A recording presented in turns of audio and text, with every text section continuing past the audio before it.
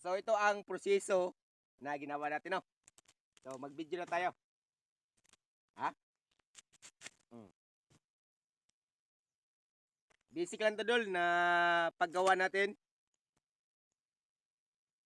So 100% may matutunan kayo.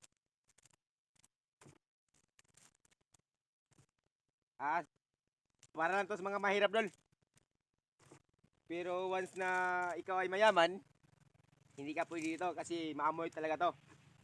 Pero dol, kung na-spare natin sa ating mga tinatanim, mawala naman.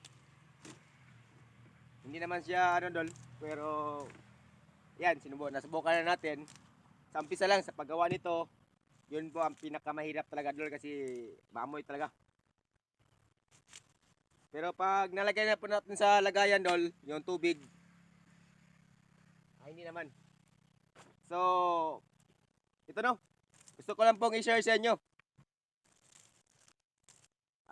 Sa ibang ka-farmers, gumamit sila ng ganito. Yung iba, may halo din na ibang discard nila. Yung iba din, wala. So, yung proseso, may iba't iba rin proseso dol. Paminawan ninyo. Yung iba, dinodurog to. Yung iba, blender o anong tawag doon.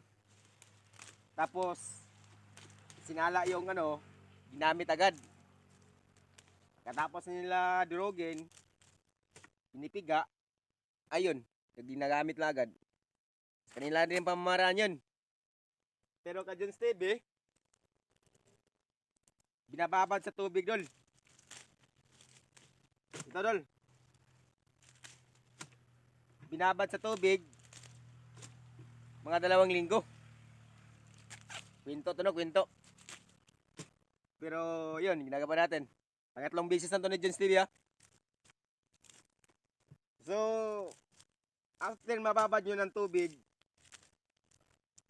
pagkatapos ng 2 linggo,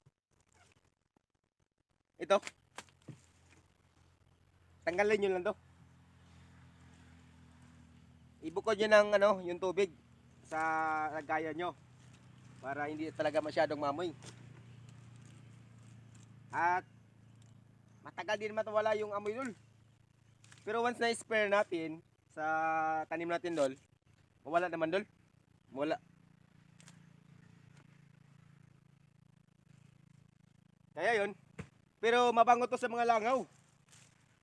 Kahit nalagay nyo na sa ano, mabango rin talaga dol. So may paraan tayo dyan. Ano ba ang paraan natin? Yun po ang abangan natin sa next episode ni Junes TV. Kung paano napataboy din yung langaw. Yung iba dito, hindi naman nagano, pero mas maganda talaga dol, may ihalo tayo.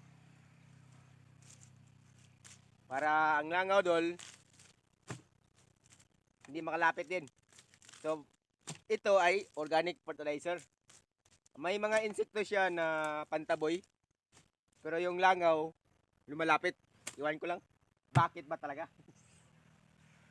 Huh? So, ang tamang proseso nito, kahit ano kalaki yung lagayan nyo, no?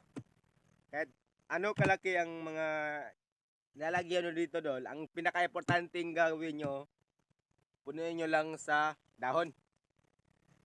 Ito, no? Ito ang proseso. Punuin nyo lang sa dahon.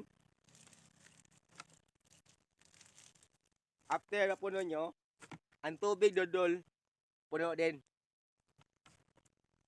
Pag nasundan nyo lang ang video natin, 100% may matutunan kayo. Pag napuno na yung tubig at saka yung dahon, ibabad nyo ng 2 linggo. Pero, kung pwede dol, araw-arawin nyo rin pag alog yung takip, ay yung ano, ganon-ganon lang yun dol. O kaya, pag natakpan nyo to ng plastic, o anong mga lagayan nyo dyan, pasingawan nyo lang konti. Kumbaga, Butasan nyo lang konti maliit para may kasingawan. Tapos, alag-alagin nyo everyday. O kaya, twice a week at three times a week, idol. Pwede yun. Alag-alagin nyo lang. Tasan nyo lang, dol, kung may time kayo. Ano? So, malit lang yung nakuha natin, dol, pero yung dahon, halos napuno na. So, ganun lang po ang madika ka, dol.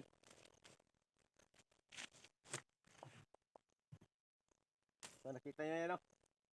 Yan, malapit natin yan makuha yung dahon.